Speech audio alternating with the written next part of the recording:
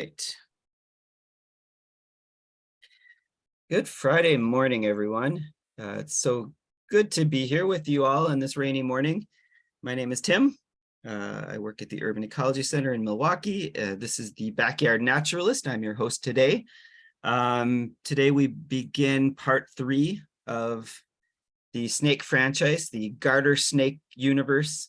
Will it be the last? I highly doubt it. In fact, you'll be the first to hear it that there is a part 4 in production.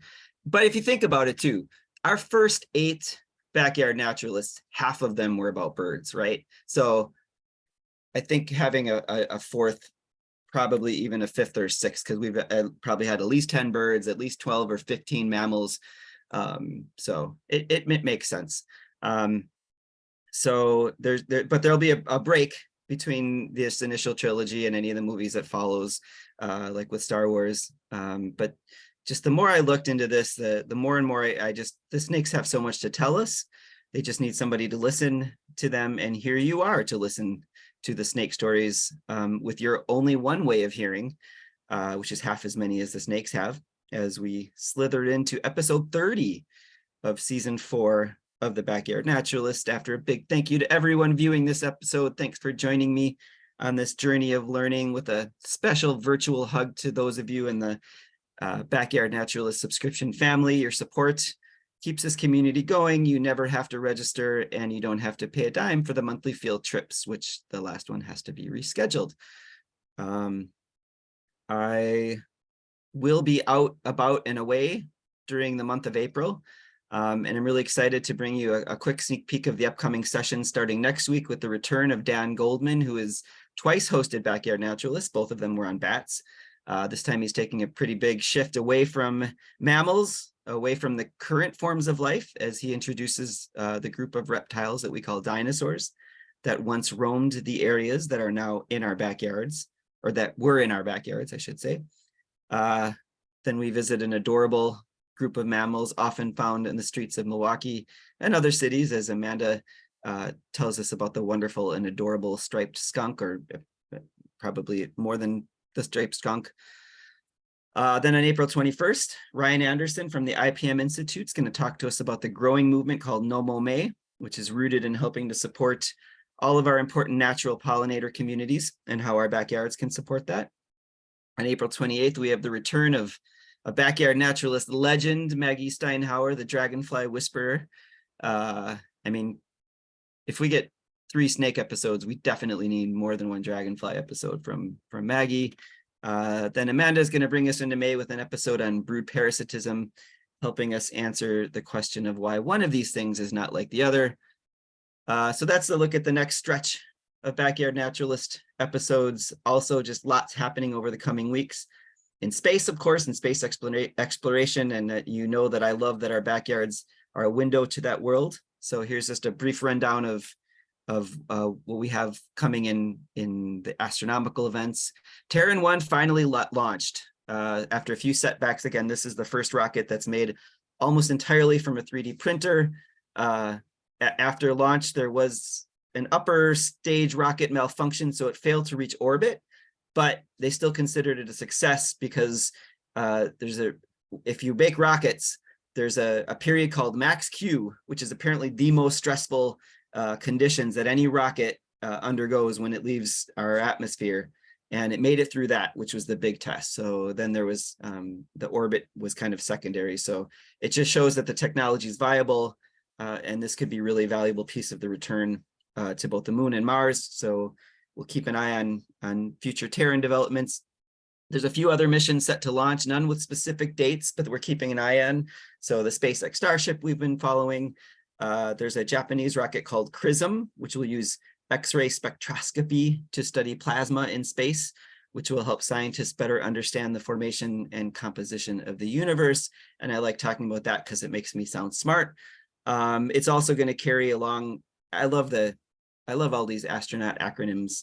This is SLIM, which is the Smart Lander for Investigating Moon, which is going to be testing landing techniques for future missions of bringing payloads and people to the moon. And then there's a upcoming launch of the Jupiter Icy Moons Explorer by the European Space Agency. That's important because Callisto, Ganymede, and Europa all believed to have oceans beneath their surface.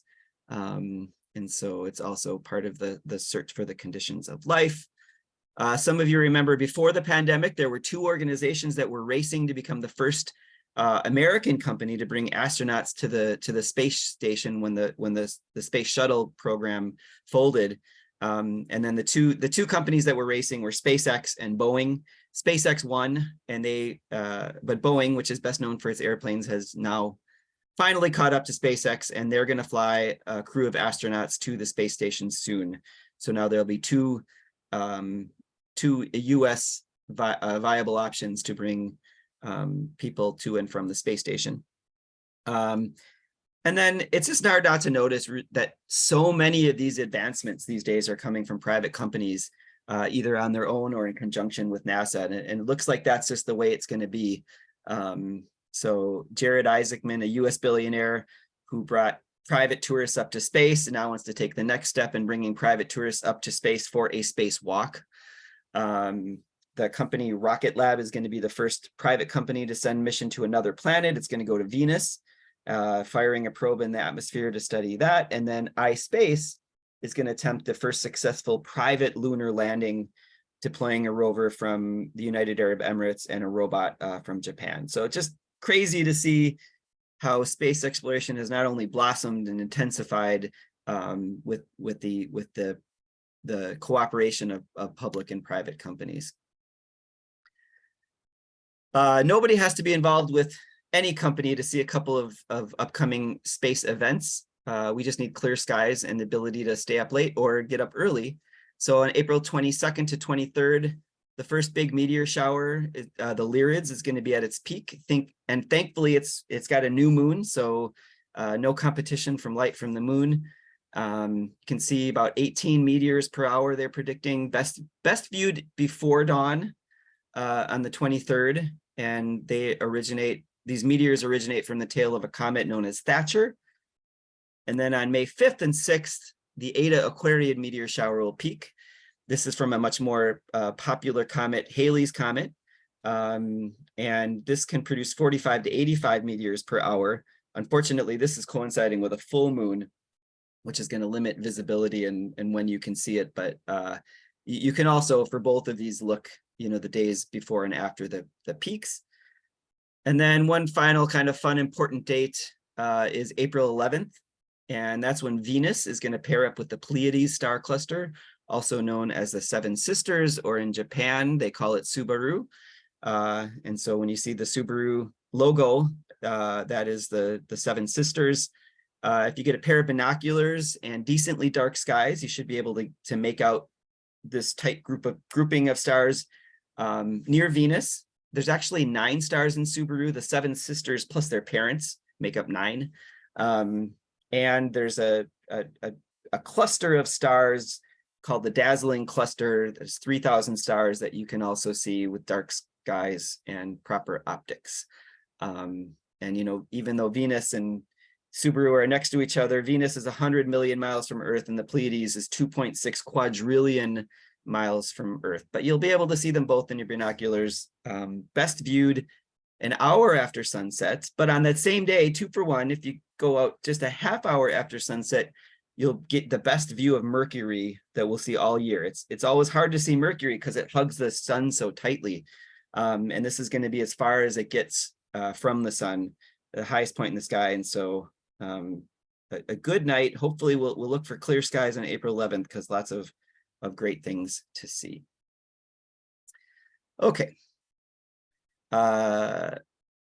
I know this is a long intro, and I promise we are getting to snakes, but last week you saw the trailer. This week I'm going to bring you finally the long-awaited independent film that I'm sure will garner attention at Sundance this year, with spring birding and the Brew City Birding Festival and the Green Birding Challenge just around the corner, with registration coming up soon.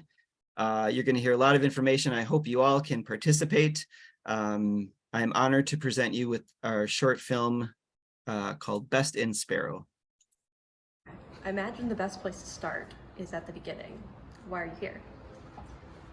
Well, I signed up for this thing called the, was it the Green Birding Challenge? And I actually don't know why I signed up for it or what it is. Can you tell me more? The year is 2010, not now, but then in 2010, the idea of the Green Birding Challenge was about to be born. The great grand manager of research, Tim Vargo, we now call the old man, was getting worried about birding competitions relying too heavily on the use of fossil fuels in a time of global warming. So he and some colleagues started the Green Birding Challenge.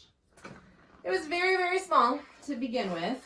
In fact, the entire event ran out of this cardboard box. This lovely little cardboard box. But it grew and grew, and the tradition continues today. But it outgrew the box, and now it takes place on the whole second floor. So what do you do at the Green Birding Challenge? I mean, you just kind of show up and look for birds. It's really that simple. I mean, there's no like categories or rules or anything. To answer your question about whether there are rules or specific challenges, the answer is actually yes. We do have multiple challenges that you can sign up for. A hiking challenge, a biking challenge, and a sitting challenge. Well, some people may call it superstition, but I like to, at the start of every competition, hang and display all of our t-shirts from years past. Those that participate in the challenge get a t-shirt, and I just want to make sure that we are putting them up in a way that is respectful of the history of the shirt. So we could just make sure the arms are out, and yeah, it's a really fun, nostalgic practice we have, and you can come here and you can look at them and touch them, but don't touch them. You might ruin them. But yeah, t-shirts are pretty exciting.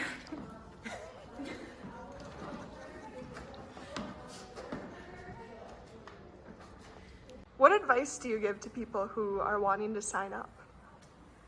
Well, the first advice I give is to tell people to be themselves. And What is that? this is my British accent. See, when I'm home and watching the old nature shows, I turn down the volume, I turn up the subtitles, and I pretend that I'm David Attenborough. And, some people say that I'm actually a better David Attenborough than the actual David Attenborough, because it's, I'm really good at British accents. That's not even a British accent. Some people get a bit jealous.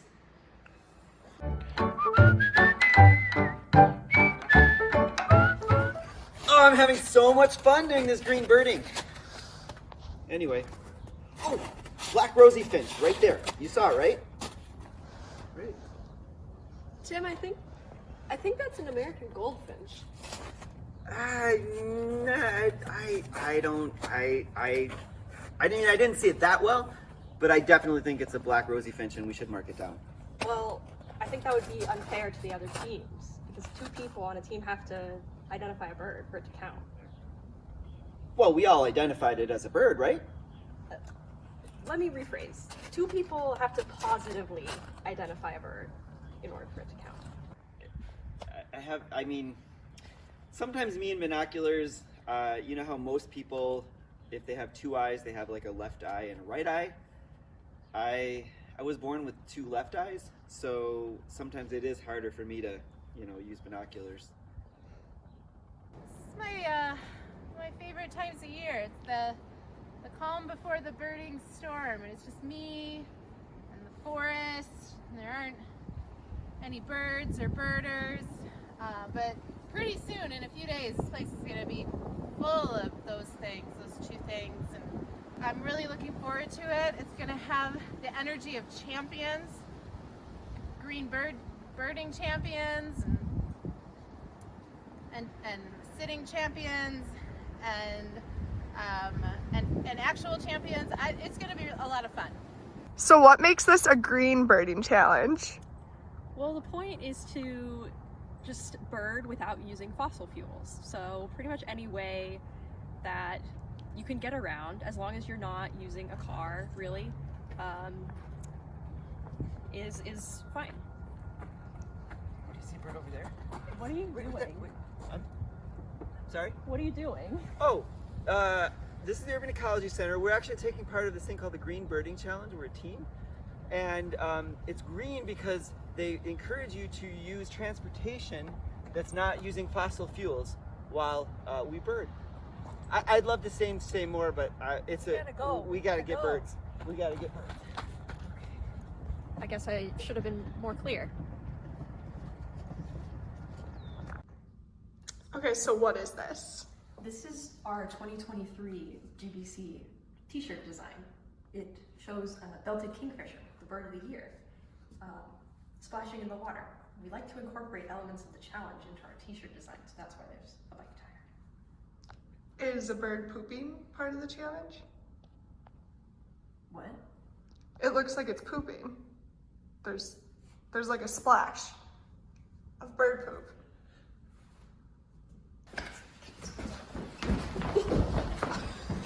Funny about this situation.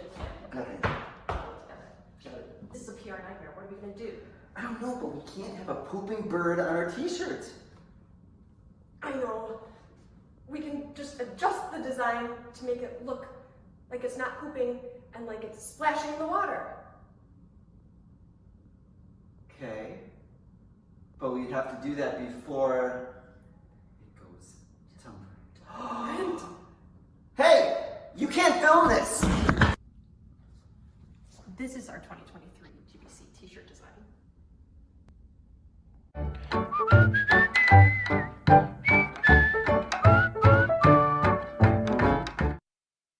Okay. I'm giving snakes a little bit of a short shaft here because that was such a long intro, but I was just very excited to share that with the world. And so look for future correspondence on the Green Birding Challenge and the Brew City Birding Festival. But for now, we ended part 2 of the snake trilogy with a list of the top 10 most venomous snakes. And then also I mused a little bit on how we really shouldn't worry because finding snakes in the wild is rare. Finding venomous snakes in the wild is even harder. And then just the simple act of wearing boots that cover your ankles in snake country reduces the chances of you being bit by a venomous snake to almost 0. So with this in mind, if you are bitten by a snake and the snake is venomous and it injects venom to you, extremely unlikely, the next thing you would need to do is to get anti-venom. And that led to a discussion after part 2 amongst you all about, anti-venom, what it is and how it's made. So you've been bitten by a venomous snake, and most importantly, a venomous snake that puts your life in danger. If this is the case, the first and only priority at this point is getting anti-venom, sometimes called anti-venin. If you are in an area that has venomous snakes, most of the nearby medical facilities are going to have a supply of anti-venom. It is composed of antibodies that can neutralize the toxic effects of the venom. So the reason I have a horse here, the first of all, the anti-venom is injected into you. And so it's important to, first of all, make sure you need it. And secondly, to know which species is involved, because there are dangers of getting anti-venom. There's a lot of side effects that can be really, really, really bad. So you want to make sure you're getting the right anti-venom from the right snake.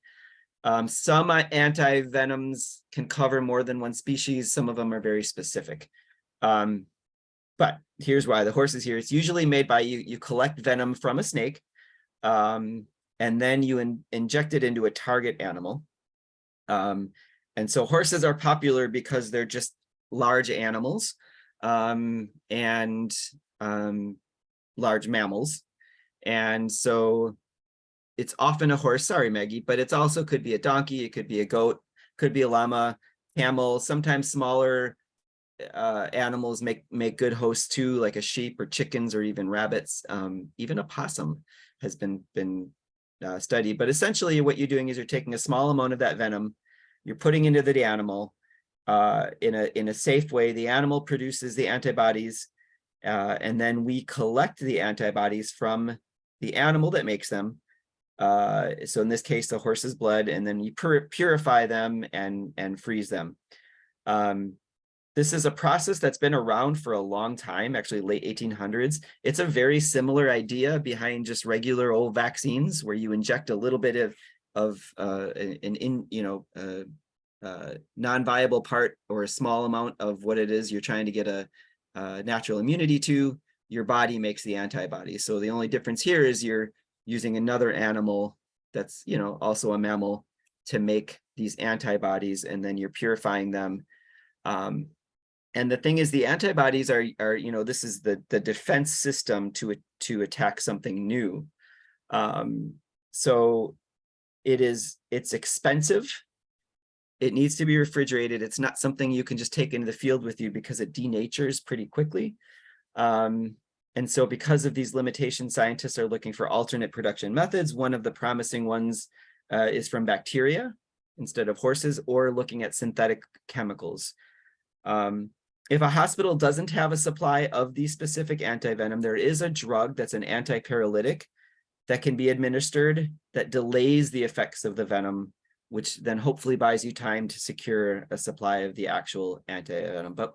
But once it's in the body, it will bind to and neutralize the venom, and so it halts further damage, but it doesn't reverse the damage that's already been done, which is why it's so important to get the antivenom in as quickly as possible.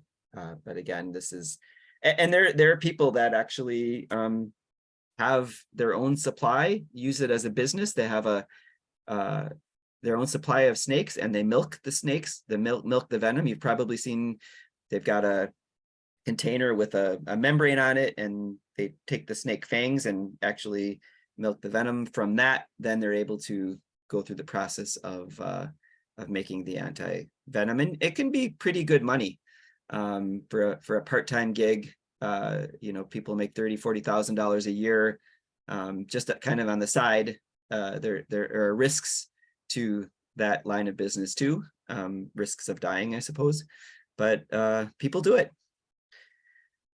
And you don't want to get bit by a venomous snake, obviously, but there are other ways that snakes can get you. And then the method that we hear about most is constricting. In this process, a snake uses all of its many duplicate senses and lightning quick reflexes to grab its prey. But instead of injecting venom, they will very quickly curl their body around the prey so tightly. And we'll talk a little bit about sheer strength of a snake's body later, but when you're in the grip of a constrictor, it's pretty much over. And it's easy to think about, well, what's happening to the unfortunate victim? I think one might think, well, it's just crushing it. It's just crushing its bones and organs. But that's not the case. You've probably heard that it squeezes the breath out of the body of the victim, and then they can't breathe. Turns out that's likely not the case either. And this is from very recent research from a colleague of mine, a friend of mine, Scott Boback at Dickinson College. And they found out that with constrictors, what they're actually doing is they're stopping circulation of blood. That's how tightly they're going. They're closing off the veins, the arteries, everything just shuts down. Then when blood doesn't get to the brain, it's a very quick, you'd pass out. You'd pass out much more quickly from this lack of circulation than you would from lack of oxygen of breathing.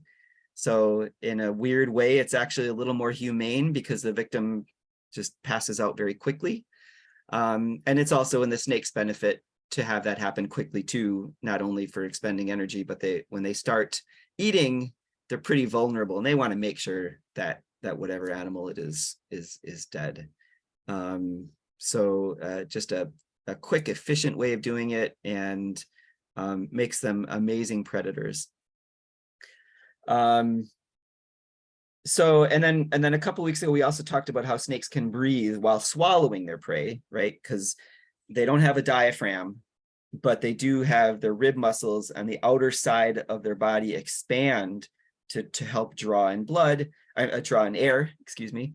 But this is a little different. This is they're squeezing, they're so tightly bound, and this doesn't allow for that expansion of rib muscles to draw in air. So in one of the 7,483 amazing adaptations of snakes, the lungs travel almost the length of the body. And the ribs that are acting as a diaphragm that they can control also extend throughout the body. So the section of the body that's actually constricting isn't breathing, but the snake can control its lungs, its ribs so well that usually it's the front section can continue to breathe and continue to bring in oxygen, even though the breathing apparatus in the constricting can't. So if the middle part is constricting, that front part can still breathe. And that's like not only control of breathing during this time, it's like control of where your body breathes, which, you know, would put the best meditator or yoga instructor they couldn't even begin to master this type of controlled breathing, which keeps the snake alive during a very vulnerable process of constricting and eating. When it comes to constricting, being bigger is an advantage. It allows you to eat a greater variety of prey. If you're injecting venom, you bite and wait, and then no matter the size of the prey, it's still going to be effective. But if you're constricting, it really helps to be bigger. And so when we went through that list of the most venomous snakes in the world, they weren't particularly big. Some of them are decently big and long, but as a group, they're not that big because if you're injecting venom, you don't need to be big. Constrictors, on the other hand, bigger is better. And so when you're looking at the biggest snakes in the world, they're constrictors, almost, you know, for the most part. And in order for a snake to grow really large, they need a warm, wet, and stable environment. It doesn't work up here in Wisconsin. Our snakes are pretty small. And so to see the biggest snakes, you need these warm, wet, stable environments, which you find in tropical environments. So the biggest snakes, the pythons, the anacondas, they're constrictors that live in the tropics for the most part. And snakes grow their entire life as long as they have food and that continuing warm temperatures for their bodies, whereas our snakes will go into hibernation. And so the great grand snake daddy of them all is the anaconda. When they're not hanging out on airplanes, they're hanging out in the rivers of South America. Having such a large body is an advantage for capturing prey, but it's also heavy, and it's not super conducive to living on land, which is why a lot of the biggest snakes are very comfortable in water. So not only does the water support their body weight, it makes it's easier for them to move around. It's easier for them to hide. And essentially anacondas and a lot of pythons are the crocodiles of the snake world. They're really good in water. They got the eyes and nostrils at the top of the head, making it easier to breathe. Just a tiny bit of your head poking out. I chose this particular photo with Maggie in mind because it's obvious that the crocodile has a pet dragonfly that I'm sure has a name. They can hold their breath for 30 minutes or more, essentially sitting and waiting for a capybara to come take a drink or wade into the wetland to eat. It just makes them extremely effective predators. And if you think of the size, just imagine you're eating dinner, you're sitting down, you got a nice plate of spaghetti, and think of it as a bigger plate that you own. That plate that you're eating from is still not as thick. It's still quite a bit smaller than the thickness of an anaconda. They can easily get to 12 inches in diameter or more. They're the world's heaviest snakes. An adult averages about 175 pounds. Really big ones can get above 200 pounds. The biggest on record is 350 pounds. That's rare. But you figure most big anacondas are about 200 pounds, give or take. And as is true for a lot of reptiles and amphibians and mammals and insects and just about everything, it seems the really big ones are no longer here, but they used to be. And so this is an introduction to the legend of the snake world. When the grandpa anaconda is sitting in its rocking chair on the porch telling stories, he's talking about the old days when Titanoboa was roaming the areas. Titanoboa came after the dinosaurs about 56 million years ago, but they got to be about 40 feet long, longer than a school bus. They weighed about the same as a rhinoceros, and they ate crocodiles for lunch and turtles, and they lived in northern South America, what is today northern South America, centered around Colombia. And for scale, for fun, here's what the Titanoboa would look like next to a modern human child. So animals that never coexisted, thankfully. So we're never going to be able to meet an actual Titanoboa unless all the modern genetic advances, de-extinction happen. So we're never going to meet this one, but there are still some pretty darn big snakes around the world. So anacondas are the world's heaviest snakes, but there's a group of snakes called pythons that represent the world's longest snake. So anacondas are in the constrictor family of snakes. Pythons are in the python family, but they also constrict. So constrictors aren't the only constrictors. Okay, let's start over. Snakes constrict. A lot of different kinds of snakes constrict as a method of killing their prey. There is a family of snakes called the constrictors, which includes the boa constrictor and the anaconda. There's also a group of snakes called the pythons that are also constrictors, and they also get really big.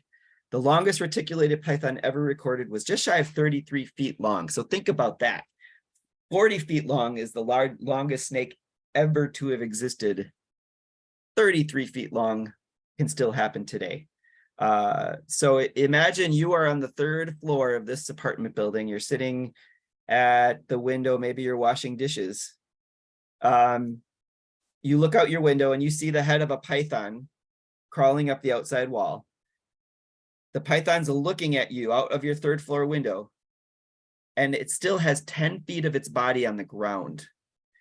And if that comparison doesn't work for you, if you laid 3 Teletubbies head to toe on the ground, that still wouldn't be as long as the longest python, because apparently Teletubbies are 10 feet long. And now I'm going to have nightmares, not about 30-foot long snakes, but about 10-foot long Teletubbies. Even though pythons are an old world species and are not native to the US, it's still worth talking about them for several reasons. First of all, they're considered to be the most primitive group of snakes. So if you want to look at the earliest snakes that evolved from reptiles, you looking at the pythons, they evolved likely from a 4-legged lizard that's probably something similar to the Komodo dragon. And being this ancient manifests itself in a couple of ways. So one of the cool ways about this, pythons actually have a very well-developed pelvis. And they still have 2 remnant hind limbs that are essentially their spurs, they're like little claws, but they are used during courtship. The males will use those spurs to stroke the female's body. So they still have, these huge pythons still have these tiny vestigial back legs, less functional maybe than the T-Rex's front arms, but they're still there. And then another manifestation of being the most primitive group of snakes is that they still have 2 lungs. So snakes in the world have from 1 to 3 lungs. Most snakes only have 1 lung. It's probably the best adaptation to being a snake, is just to have that 1 lung. But pythons have retained 2. And then that left lung is pretty close to the head, which is an advantage when you have something in the middle part of that stomach, or you're constricting. It still has that left lung to do breathing, while maybe the rest of the part of the body itself can't breathe. Many pythons have prehensile tails, and it's odd to me to think of snakes having prehensile tails, because to me it seems like all snakes should have prehensile tails, but that's not the case. Not every snake can wrap its tail section around the branch to hold on. And there are different degrees of tail control in different species of snakes, just like with monkeys or other animals. Prehensile tails allow snakes the added advantage of attacking from above while holding on to a tree. So that just adds another way for a snake to ambush. Most snakes are ambush predators, sitting and waiting. Oftentimes a strike happens on the ground, it happens underwater, maybe in a tree, but there are some snakes that can kind of hang out and wait for something to pass below it and strike from above. Little scary, but again, I don't think that's ever happened to a human, or at least that we have record of, maybe in the past, but not something to worry about for sure. So they can strike from above because they have this prehensile tail. Pythons move slowly. They're using that rectilinear or caterpillar-like motion. Not all pythons are huge. There's the anthill python that at maximum is about 2 feet. They don't need fangs because they're not venomous, but they do have backward facing teeth to get the prey in. And just like the dinosaurs that Jurassic Park proved exhibited parental care, pythons also exhibit parental care. So after laying her eggs, and in a big python, their eggs can be slightly bigger than chicken eggs. She'll tend to her nest. She'll regulate the temperature. A little harder for a cold-blooded snake to regulate the temperature of a nest than a warm-blooded chicken. So there's two major ways that she can still give those eggs heat. She won't eat while she's tending the eggs, but she will go off to bask for a short period of time, raise up her body heat, and then come back. But if there's not a lot of sun, there is another method of warming up the eggs. It's called shivering thermogenesis. So even though they're cold-blooded, they are able to generate heat through this process. Once the eggs hatch, they're on their own. But until that point, she's a pretty good protective and nurturing mothers. But and they're fairly prolific breeders, so averaging about 20 eggs per year. And you can imagine a snake that starts reproducing when it's a few years old and then lives to be 35 years old. A python can, have 500 babies or more in her lifetime. But when they hatch, they pretty much don't really even need their mom's care at that point. They come out, some of the bigger pythons, 2 feet long already a formidable predator right out of the egg. And the other reason I'm focusing on pythons is even though they're not native to Wisconsin, they're still dangerous to us in a couple of ways in Wisconsin and in North America. So just as people die around the world from being attacked by large crocodiles and alligators, people are occasionally killed by wild pythons and wild anacondas. It does happen. We're not their targeted prey, but if a human is unlucky enough, happens upon a hungry python, instinct and hunger dominate, and people around the world are occasionally killed by these large snakes. But in the US, most pythons are here because people love them. And the python pet trade is huge.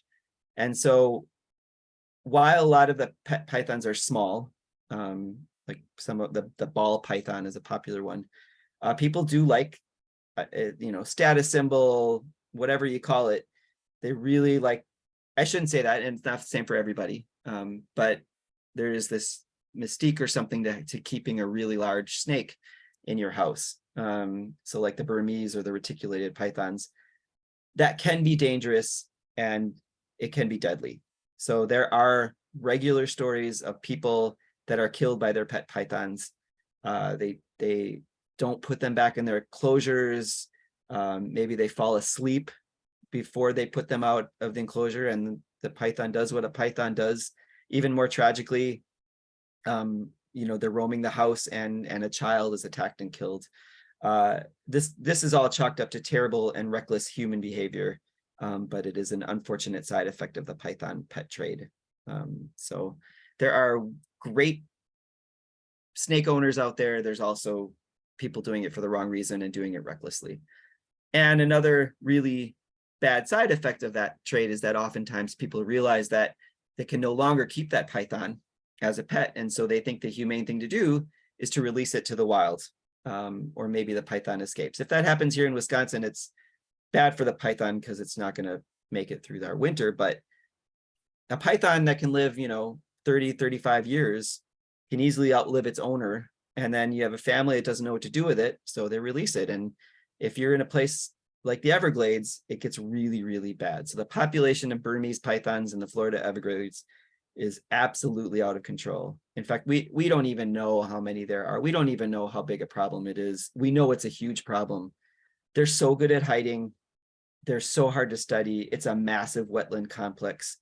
But we do know that in a period from 1997 to 2012, 15 years, all of the animals you see here have virtually disappeared from that Everglades system. Bobcats are down 87%, raccoons and possums are down by more than 99%, and foxes and rabbits are basically gone from the area.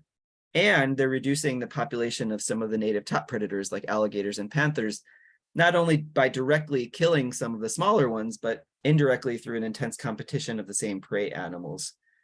There's an annual python challenge to kill the most pythons in the Everglades, and the winner receives $10,000. But it just seems to be having very little effect because the pythons are so good at hiding and they're prolific breeders.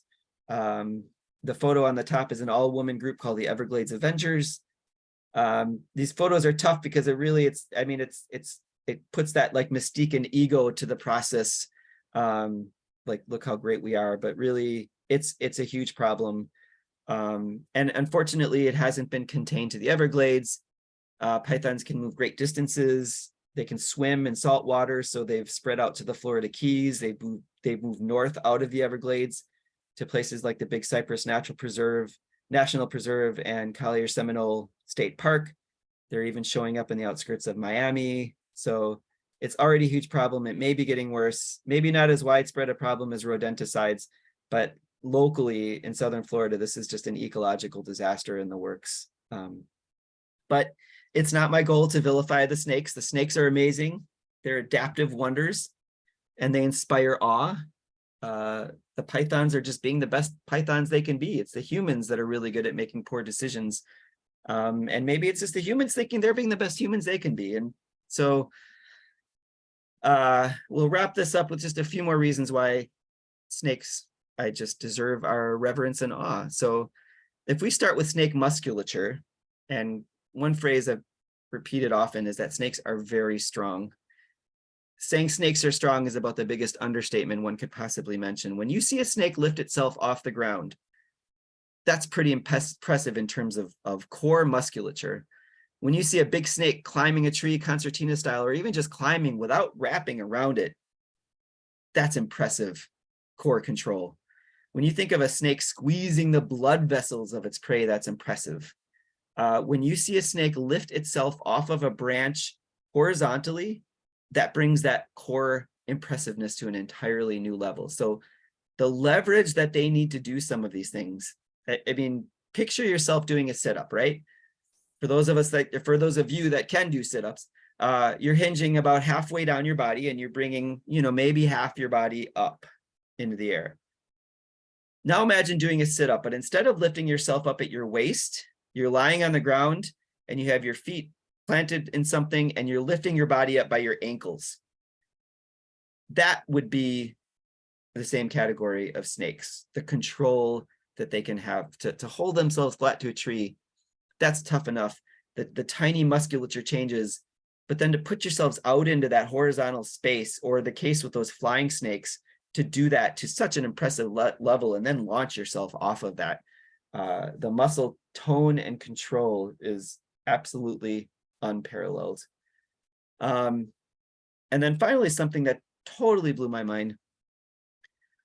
When a snake is eating really large prey, we already know of all the crazy external and internal physiological adaptations, from bringing the esophagus outside of their mouth to breathe, using the ribs as a diaphragm, controlling different sections of the rib, flexible, detachable, retachable jaws, backward facing teeth that they walk across the prey, the flexibilities of their bodies, the increase in metabolism.